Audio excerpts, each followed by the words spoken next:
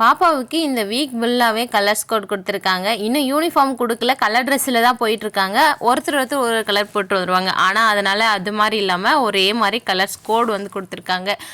எல்லாருமே வந்து பார்த்திங்கன்னா சேம் கலரில் மண்டேலேருந்து ஃப்ரைடே வரைக்கும் கலர்ஸ் கோட் தான். இன்றைக்கி புதன்கிழமை க்ரீன் கலர் ட்ரெஸ் வந்து போட்டுட்டு போயிட்டு வந்தாங்க.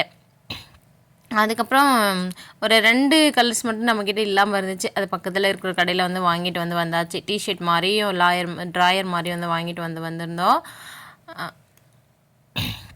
அதுக்கப்புறம் ஈவினிங்காக வந்து பாப்பாவுக்கு இன்றைக்கி வந்து வேர்ட்ஸில் வந்து படிக்க சொல்லியிருந்தாங்க. அதை சொல்லி கொடுத்துட்டு நம்ம வீட்டில் வந்து இந்த பால் ஏடுலாம் எடுத்து வச்சு ரொம்ப நாள் ஆகுது. ஃப்ரீசர்லேயே வந்து ஃப்ரீஸ் பண்ணி வந்து வச்சாச்சு. அன்றைக்கி கேக் ஆர்டர் இருந்ததுனால எடுத்து வெளியே வச்சேன். சரி இப்போவே வந்து பார்த்திங்கன்னா வெண்ணெய் வந்து எடுத்துடலாம், அப்புறமா கூட நெய் வந்து காய்ச்சிக்கலான்னு சொல்லிவிட்டு அன்றைக்கி நைட்டு வந்து ஐஸ் கட்டிக்கு வந்து தண்ணியுமே வந்து காலையிலே வந்து வச்சுருந்தேன்.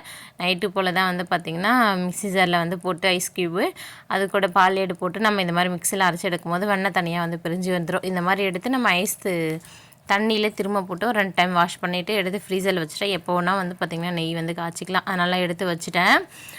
அப்புறம் நைட்டு வந்து பார்த்திங்கன்னா அன்றைக்கி வந்து சுண்டக்காய் காரக்குழம்பு வந்து ரெடி பண்ணியிருந்தேன். பாப்பாவுக்கு வந்து பார்த்திங்கன்னா பீட்ரூட் சாதம் கொடுத்துருந்தேன்.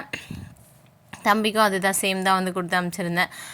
நான் அன்றைக்கி சுண்டக்காய் காரக்குழம்பு இருந்ததுனால மீதி இந்த மாதிரி புளிக்குழம்பு, அதாச்சும் புளி ஊற்றி நம்ம எந்த குழம்பு வைக்கிறோமோ அதுக்கு வந்து களி கூட தொட்டு சாப்பிட்டா நல்லாயிருக்கும். எப்போவுமே வந்து பார்த்திங்கன்னா நான் அரிசி சாதம் வேக வச்சு அதில் தான் வந்து ராகி போட்டு களி செய்வேன். இப்போ வந்து பார்த்திங்கன்னா ரீசெண்டாக அதை மாதிரி செய்யறதுக்கு எனக்கு மட்டும்தான்றதுனால கொஞ்சம் சலிப்பாக இருக்கிறதுனால நான் வந்து ராகி மட்டும் வந்து பார்த்திங்கன்னா கரைச்சி இந்த மாதிரி வந்து செஞ்சுக்கிறது கூழ் களி.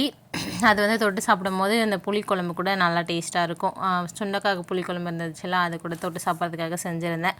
பாப்பா தம்பிக்கு காலையிலேருந்து சாம்பார் இருந்துச்சு, தோசை வச்சு தான் ஊட்டி விட்டேன்.